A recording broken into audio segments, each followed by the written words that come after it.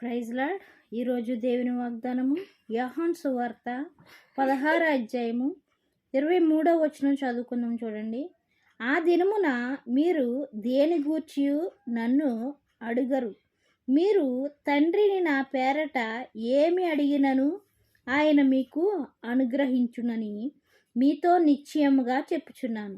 ఇది వరకు మీరేమియు నా పేరట అడగలేదు. మీ సంతోషము పరిపూర్ణమగునట్లు అడుగుడి, మీకు దొరుకును. ఆయన వాక్యముతో ఏమని మాట్లాడుతున్నాడంటే, మనుషుల్ని ఏమడిగినా కూడా చెయ్యరేమో, కానీ దేవుడిని అడిగితే మటుకు చేస్తాడంటే అండి. ఎవరు చేస్తారో దేవుడిని అడిగితే ఖచ్చితంగా చేస్తాడంట. కానీ మనకి అడగడానికి బద్ధకం అండి, అడగడానికి నిర్లక్ష్యం అండి. అడగడానికి ఆయనకి తెలుసు కదా, ఏంటంట ఆయనకి తెలుసు కదా అని కొన్ని సందర్భాల్లో మనం మాట్లాడేవారిగా ఉంటాం.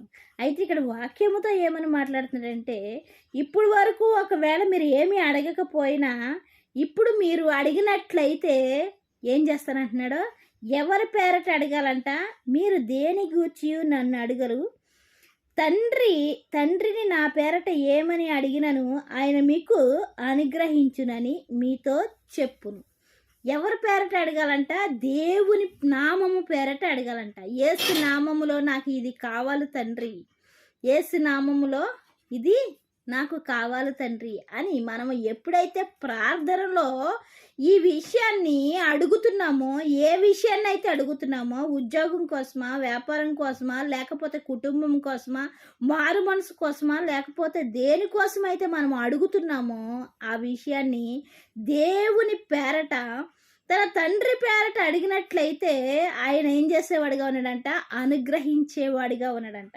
ఇంకా ఏమంటున్నాడంటే, మీ సంతోషము పరిపూర్ణమగునట్లు అడుగుడి, మీకు దొరుకును.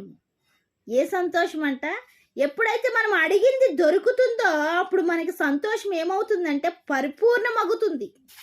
పరిపూర్ణం అనగా దేవుడు నాకు ఇది దయచేశాడని సంతృప్తి కలుగుతుందనమాట.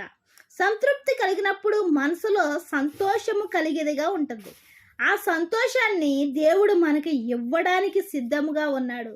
కానీ మనం ఏం చేస్తామంటే నిర్లక్ష్యముగా ఉండేవారిగా ఉంటాం. ఏంటంట, నిర్లక్ష్యముగా. ఒకసారి మేలు పొందిన తర్వాత మనము దేవుని స్తుతించేవారిగా ఉండాలి, ప్రభువా నాకు ఈ మేలు చేసావని. కానీ మనం ఏం చేస్తామంటే చేసిన మేలుని వెంటనే మర్చిపోయేవారిగా ఉంటాం.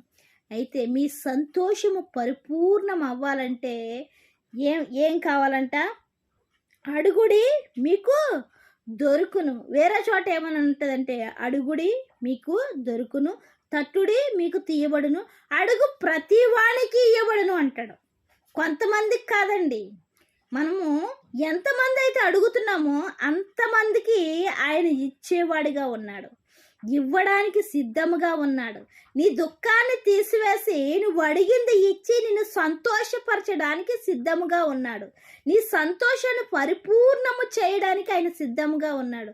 అయితే పొందుకోవడానికి మనము కూడా సిద్ధపాటు కలిగి ఉండాలి కదండి. ప్రస్తుత దినాలన్నీ దుఃఖకరముగా గడుస్తున్నాయి, బాధకరముగా గడుస్తున్నాయి.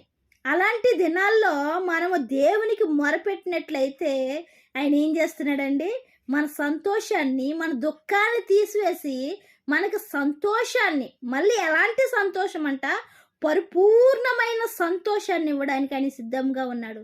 మనము కూడా పొందుకోవడానికి సిద్ధపాటు కలిగి ఉందాం, ఆయన అడిగే వారిగా ఉందాం. దేవుడి చిన్న పరిశుద్ధ వాక్యం దీవించిన గాక. వాక్య పరిచర్యలో మీ సహోదరి. ఆమేన్.